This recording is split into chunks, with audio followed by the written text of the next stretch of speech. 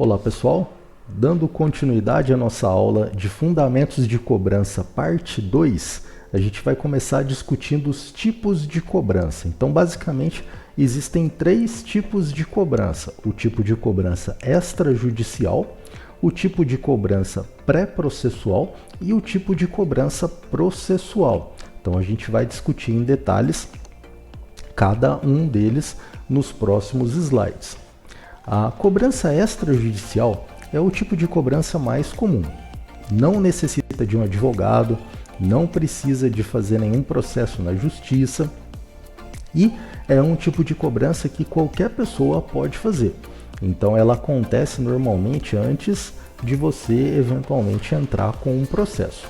A ideia desse tipo de cobrança é receber do devedor com o menor custo possível e também no menor tempo possível. Menor custo porque não vai ter, por exemplo, taxas de processo, que são as custas do processo, não vai ter honorários advocatícios e também não vai demorar tanto porque não vai entrar na demora do Poder Judiciário brasileiro, que a gente sabe que todo processo na justiça demora meses, às vezes anos. E também, por não envolver um advogado, por não gerar um processo, esse tipo de cobrança é conhecido no mercado como cobrança amigável. Então, toda vez que vocês verem cobrança amigável, lembra da cobrança extrajudicial. Para a gente fazer uma cobrança extrajudicial, normalmente ela é feita por telefone, que a gente já discutiu numa aula anterior, que é o meio de comunicação mais usado. Mas não só via telefone, a gente pode fazer essa cobrança via e-mail, via WhatsApp, via SMS, via mensagem de voz e assim por diante. Além de fazer esse contato com o devedor, a gente pode também usar algumas ferramentas para tentar aumentar a performance dessa cobrança. Como, por exemplo, tem gente que gosta de fazer a negativação no Serasa, enviar uma notificação extrajudicial ou até mesmo protestar esse devedor em cartório. A gente vai ver tudo isso em mais detalhes durante esse curso, tá? E a cobrança pré-processual? A cobrança pré-processual tem gente que até acha estranho esse nome, porque fala, não, peraí, existe ou a extrajudicial ou a processual, que é literalmente o processo na justiça. E o que é essa pré-processual? É como se fosse uma forma de você fazer uma mediação, uma conciliação utilizando um moderador. O moderador mais utilizado no Brasil hoje é o Sejusc. O Sejusc é um órgão do Poder Judiciário mesmo e que você vai fazer uma mediação, uma solução de conflitos sem antes de gerar literalmente um processo na justiça. Então, durante essa reunião de conciliação, você vai tentar chegar num acordo entre as partes, ou seja, entre o devedor e o credor. Se houver acordo, o próprio juiz vai homologar isso vai virar um título que vai poder ser executado. Então isso é muito interessante. Por outro lado, se não houver acordo, aí sim vai ter que partir por um processo na justiça. Esse tipo de cobrança ele é menos utilizado do que a extrajudicial, justamente porque envolve um órgão, envolve aí uma burocracia a mais, demora mais para receber, é um pouco mais difícil. Mas acaba sendo uma alternativa quando esgotar as possibilidades de chegar num acordo extrajudicial. E a cobrança processual é aquela que literalmente abre um processo na justiça, tem um advogado, você vai precisar pagar o seu advogado, que é o honorário advocatício, para abrir um processo você tem que pagar ao tribunal, que é as custas processuais. Você precisa fazer o acompanhamento desse processo, que no caso é o advogado que vai fazer esse acompanhamento. E claro, demora muito mais. Então a gente sabe que um processo na justiça não acontece uma sentença do dia para a noite. Demora meses, às vezes anos, como eu já falei no slide anterior. Por isso é menos utilizado, mas acaba sendo o último recurso quando você já passou por outras cobranças, outros tipos de cobrança e acabou não dando em nada. Notificação extrajudicial, eu citei também no slide anterior, ela é usada para você notificar a comunicação que você fez com um determinado devedor informando que ele tem uma dívida, que ele é inadimplente. Então isso é coletado como uma prova num eventual processo. Então é importante pensar na possibilidade de enviar uma notificação extrajudicial caso você já esteja pensando na possibilidade de abrir um processo na justiça. Então essa notificação extrajudicial serve como prova num processo. Quem pode fazer essa notificação? Teoricamente qualquer pessoa pode fazer, mas é importante ter um advogado para fazer a revisão desse conteúdo dessa notificação, porque ele é o profissional mais indicado para esse tipo de situação. E o que tem que ter na sua notificação extrajudicial? Um papel timbrado, então não use qualquer papel em branco, use um papel timbrado, coloque os dados completos da empresa, dados completos do devedor, junto com o endereço, o CPF, o CNPJ dele, o telefone, a lista de dívidas, datas de vencimentos originais, valores, do que se trata cada uma daquelas dívidas, e também coloque um prazo para pagamento. Dê um prazo para aquele seu devedor fazer a quitação. E aí assine e realize o envio dessa notificação. Você pode mandar esse documento para o seu devedor de várias formas. Quando você não for usar um cartório, você pode mandar pelo correio usando um AR, que é aquela carta com registro de recebimento, com aviso de recebimento, para notificar, para documentar que aquele devedor realmente recebeu aquela carta. Você pode mandar por e-mail também, e tem gente que já está mandando notificação extrajudicial por WhatsApp. Eu, particularmente, prefiro mandar por AR, porque eu tenho literalmente uma documentação que dificilmente o juiz vai recusar, que é o AR. Também é possível fazer esse envio dessa notificação extrajudicial pelo cartório. Então você prepara o documento, vai no cartório, o cartório registra essa notificação extrajudicial e o próprio cartório envia a carta via AR e faz uma tentativa de 3 vezes de retorno do devedor. Então você tem um custo a mais fazendo via cartório do que fazendo por conta própria. E também existem sistemas, sites que permitem a realização desse registro no cartório pelo site, sem você ter que ir presencialmente no cartório. Então o próprio site dos cartórios, alguns cartórios têm esse recurso, e tem o Central RTDPJ Brasil, que é um site que integra vários cartórios e permite com que você faça uma notificação extrajudicial por ele. A gente vai deixar também aqui nessa aula um modelo de um site que a gente pegou, um modelo de notificação extrajudicial. O site chama Modelo Inicial. Então lá tem um documento bem bacana que é um exemplo de notificação extrajudicial para vocês terem uma ideia do conteúdo, de como elaborar uma notificação extrajudicial. Mas só reforçando, esse tipo de coisa é sempre fundamental passar pelo advogado. Não deixem de ter um apoio jurídico na operação de vocês. E o protesto em cartório? O protesto, ele também tem por objetivo formalizar a inadimplência. Então, nesse caso, é muito semelhante à notificação extrajudicial. Mas ele tem vantagens, ele pode ser uma prova insubstituível que o devedor foi apresentado ao título.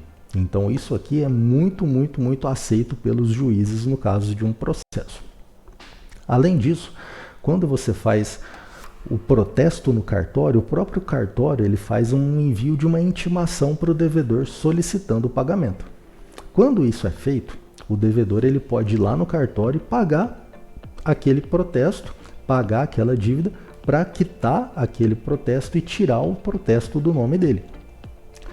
Então, se o devedor fizer isso, ele é, entre aspas, desprotestado, Não existe essa palavra, é removido o protesto dele.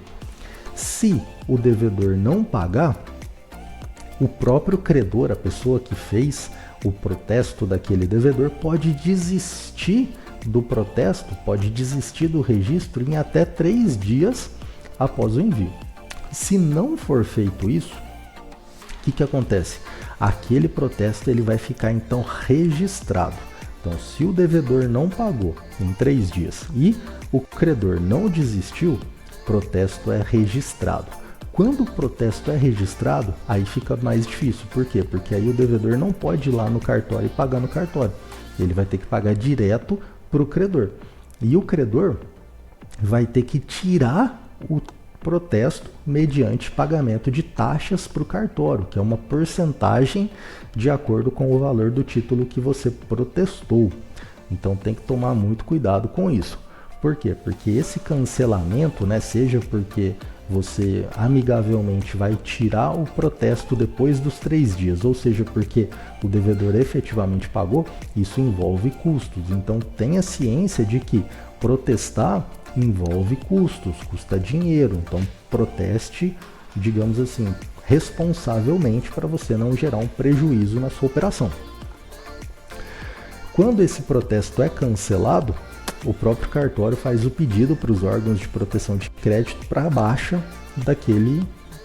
daquela negativação. E se não houver cancelamento desse protesto e também não houver pagamento, etc., ele fica protestado por 5 anos, tá? Então, por 5 anos, aquele CPF ou aquele CNPJ vai constar na base de protestos daquele cartório. E esse protesto, né, ele pode ser pesquisado. Você pode pesquisar no site do cartório ou até em sites específicos, como, por exemplo, o Protesto SP. Então, é uma forma de você verificar, por exemplo, um CPF ou CNPJ. Você vai fazer negócio com uma determinada empresa, procura no Protesto SP, por exemplo, caso essa empresa seja de São Paulo, se ela possui protesto em algum cartório. Se ela possuir protesto, você já sabe que ela pode não ser uma boa pagadora. E, mudando agora um pouco de assunto, termo de acordo. A gente já falou que quando a gente faz um acordo, quando a gente negocia dívidas e formaliza um acordo, a gente gera um documento. E esse documento ele é conhecido como termo de acordo. Esse termo de acordo, quando assinado, ele também pode servir como uma prova de confissão de dívida, que aquele devedor foi apresentado aquelas dívidas. Então ele também pode fazer esse papel de uma notificação extrajudicial ou de um protesto, tá? De uma forma muito mais barata do que as duas anteriores. Quando a gente for redigir o termo de acordo, né, lembre que ele também é um contrato, ele é um documento formalizado, então precisa de um apoio legal, precisa de um advogado. É importante ter um advogado que faça a elaboração desse seu termo de acordo, desse seu modelo. O site arbitrato.com.br ele tem vários modelos, inclusive um modelo de termo de acordo para vocês darem uma olhadinha e facilitar o entendimento.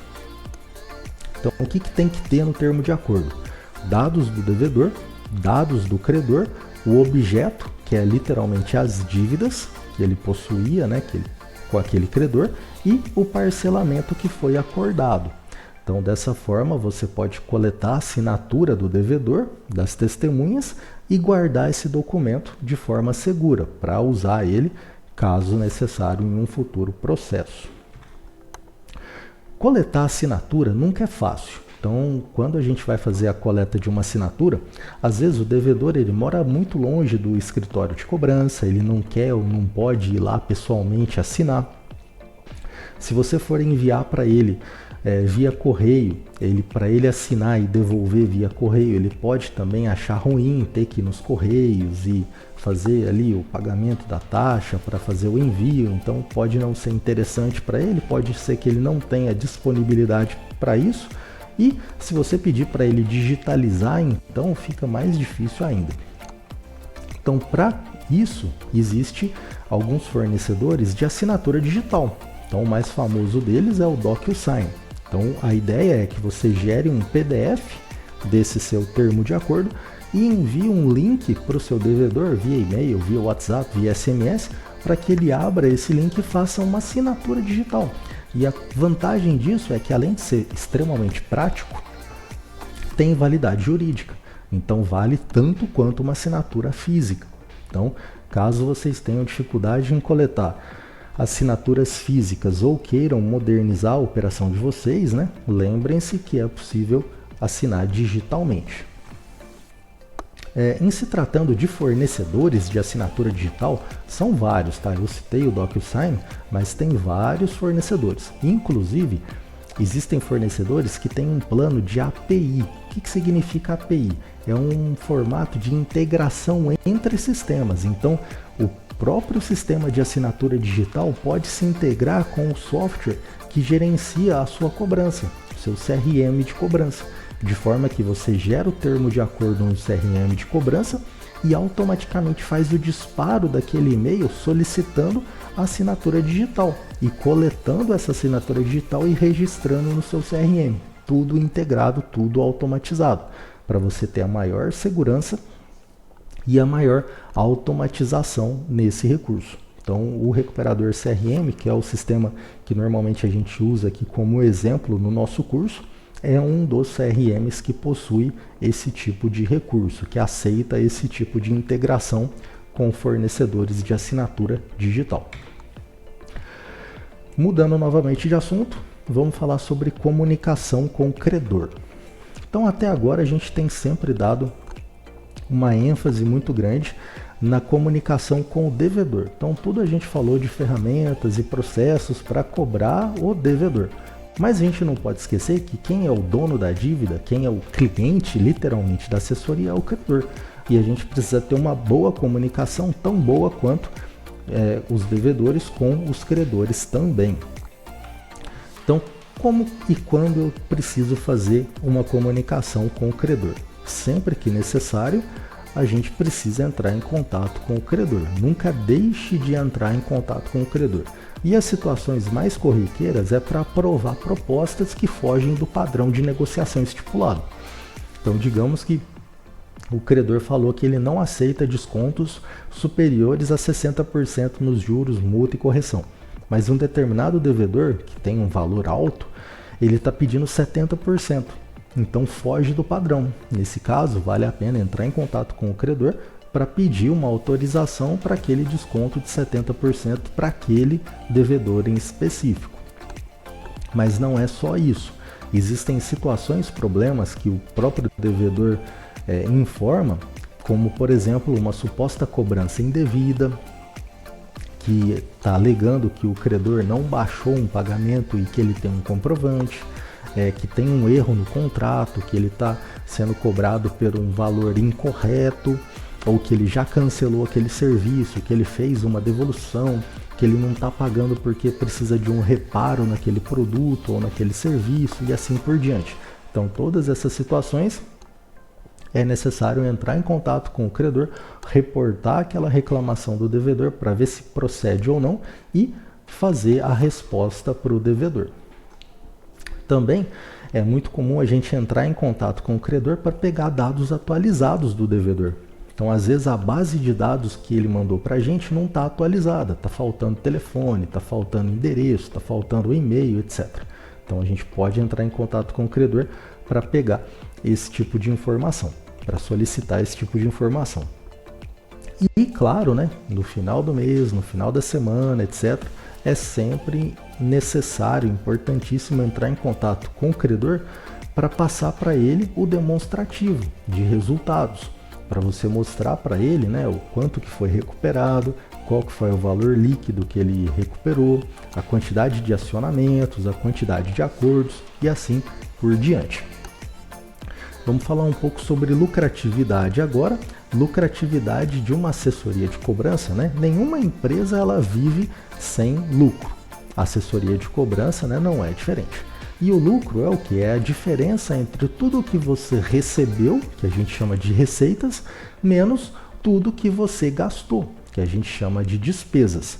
Então, quando essa diferença é positiva, a gente teve lucratividade. Quando ela for negativa, teve prejuízo. E quais são as fontes de receita de uma assessoria de cobrança? Basicamente, taxa administrativa e honorários, que são as comissões da assessoria pela recuperação de crédito. Se a sua assessoria também tiver um jurídico, honorários advocatícios também podem fazer parte das receitas.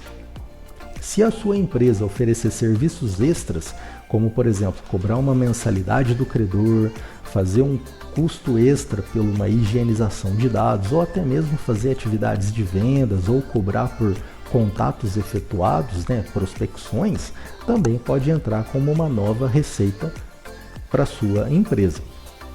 E as despesas? Que tipo de despesa que normalmente tem numa assessoria de cobrança? Você tem então dois tipos de despesa, as fixas e as variáveis. As despesas fixas são aquelas que não mudam de acordo com o volume que você teve de, digamos assim, de acordos fechados, de pagamentos naquele mês. Então, independente se você fechou um acordo ou 1000 acordos, você vai pagar o mesmo valor do aluguel, o mesmo valor de conta de água, o mesmo valor de conta elétrica, de energia, de internet, propaganda, salários, etc. Então, se você tiver um ótimo mês ou um mês ruim, esses valores eles não vão se alterar muito, né, na média, nos meses. Já as despesas variáveis são aquelas que vão literalmente variar conforme a performance da sua empresa.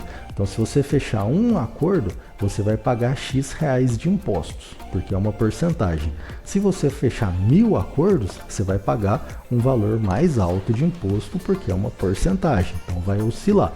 A mesma coisa telefonia, e-mail, SMS. Quanto mais acionamentos você fizer, porque você fechou mais acordos ou você tentou fechar mais acordos, maior vai ser a sua conta telefônica, maior vai ser o seu SMS e assim por diante. Então sempre contabilize receitas e despesas. Nunca deixe de acompanhar esses indicadores e tenha também uma noção mês a mês de quanto que é essas receitas, quanto que é essas despesas, para você identificar se existe sazonalidade no seu negócio.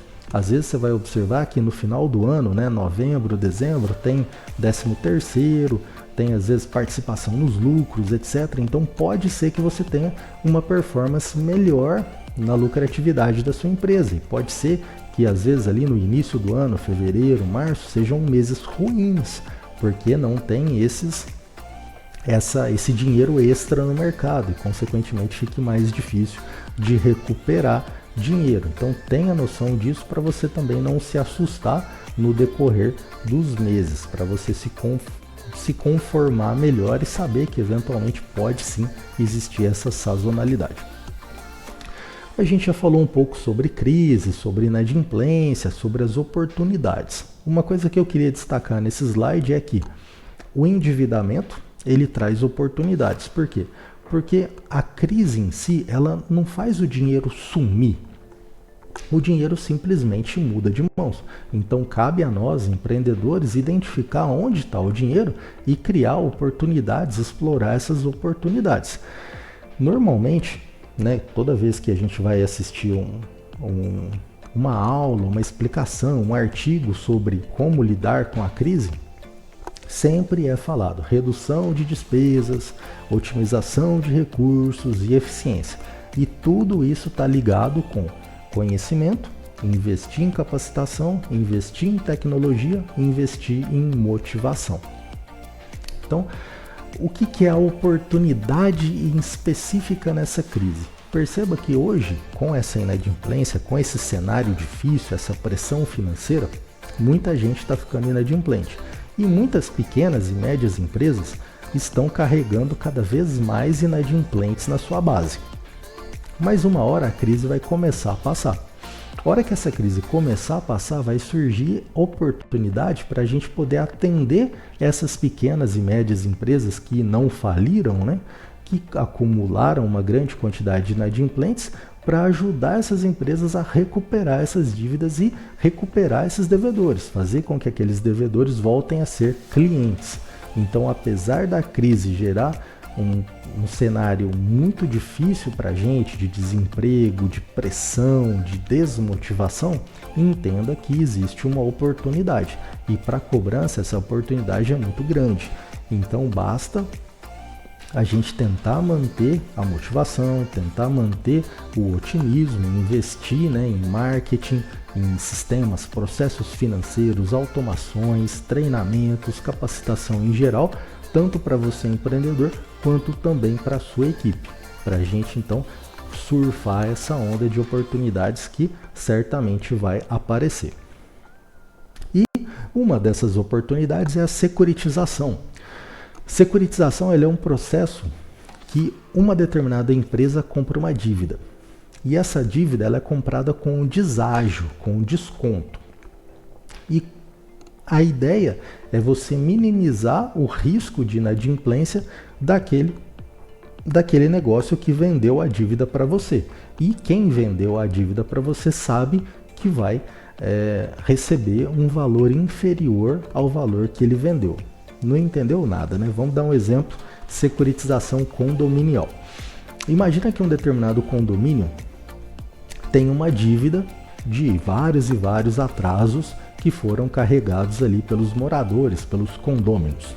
Então esse condomínio ele vem sofrendo, ele está com dificuldade em pagar as contas do condomínio, ele resolve securitizar.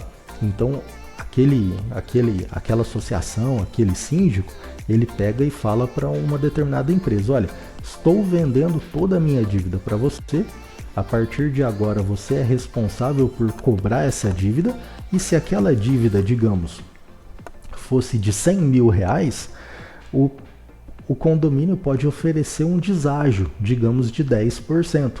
Então a pessoa que está comprando aquela dívida, ela compra por 900 mil. Por 900 mil não, perdão, por 90 mil.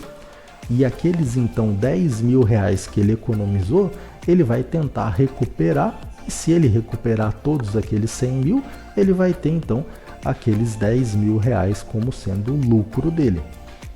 Então isso é uma compra de uma dívida com deságio.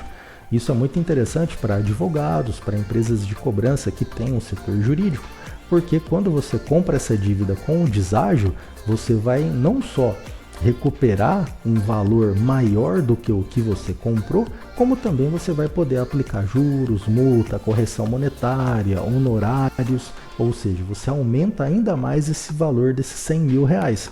Então pode ser uma atividade bastante interessante. Inclusive existem securitizações mensais. Então a partir do momento que você comprou a dívida, pode ser que você compre também a recorrência. Então todas as novas mensalidades, todos os novos valores de cotas condominiais no futuro, durante os próximos 24 meses, por exemplo, pode ser também sua com deságio de, 8%. Então todos os moradores, ao invés de pagar para o condomínio, vão pagar para você. E você vai repassar o valor total, como se todos tivessem pagado, menos 8% para o condomínio. Para o condomínio é legal, porque ele tem aquele dinheiro ali garantido durante os próximos 24 meses. E para você, como gestor, né, como a empresa que comprou a dívida, você vai fazer o possível para fazer valer aqueles 8% que você está economizando, tirar isso em juros, multa, correção monetária e assim por diante. Então pode ser algo vantajoso para os dois. Mudando novamente de assunto, vamos falar de site. Na aula anterior a gente já chegou a falar do site. Aqui a gente vai fazer um aprofundamento no site. Então a gente já falou que o site da empresa é como se fosse a vitrine virtual da empresa, a fachada da empresa na internet. E isso pode ser um diferencial na hora de você captar novos credores, na hora de você ser localizado no Google ou em outros buscadores. Também isso é fundamental caso você esteja fazendo uma campanha de marketing digital, porque é o destino, é o clique ali da sua propaganda. A propaganda que você fizer na rede social, no e-mail marketing, no Google, toda vez que a pessoa clicar, vai cair no seu site. Então é muito importante ter um bom site. Quando você for fazer uma divulgação também da sua empresa fisicamente, é normal você colocar o site. Digamos que você foi fazer um cartão de visita, um panfleto, um outdoor, ou você foi fazer uma campanha num evento ou na rádio, é normal você divulgar o seu site. Então isso é muito importante também para para facilitar o contato com a sua empresa. Mais fácil até divulgar o site do que um próprio telefone. E também a segurança, né?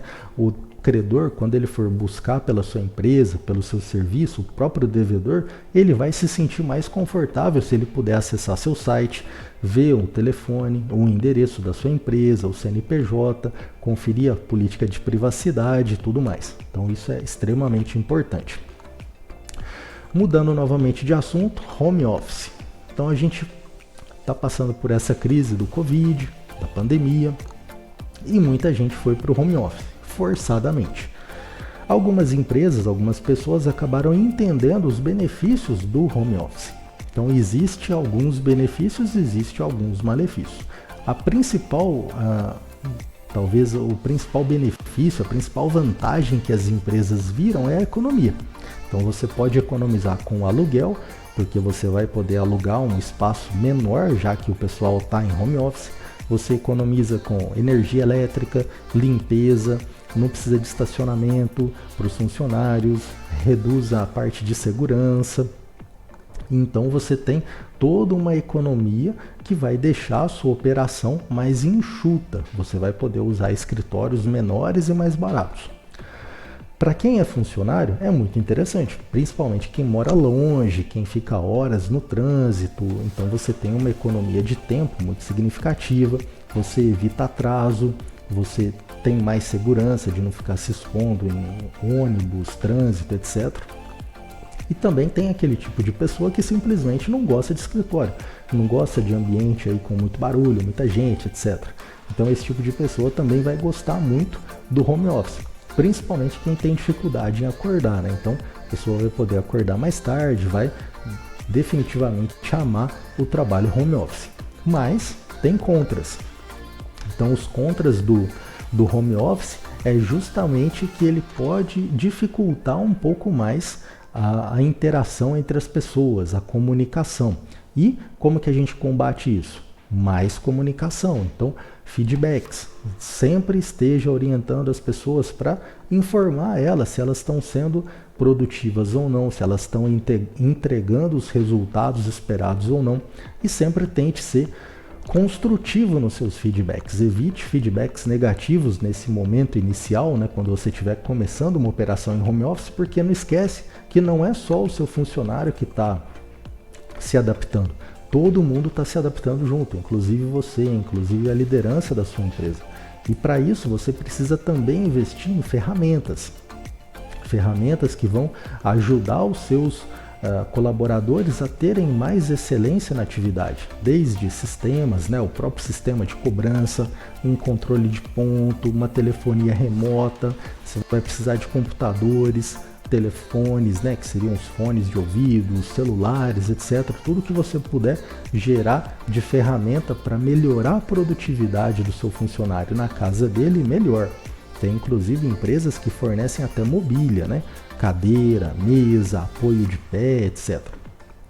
Então, planeje bem, né, a sua operação no home office, porque assim você tem uma maior condição de atingir os objetivos, de melhorar a produtividade, diminuir a rotatividade de funcionários e também, claro, né, aumentar a lucratividade da empresa, que no final das contas é o que mais interessa no home office, né? Sejamos sinceros. Então é isso, gente. Aqui a gente finaliza essa aula e na próxima aula a gente vai falar um pouco sobre matemática na cobrança. Aguardo vocês lá. Até mais!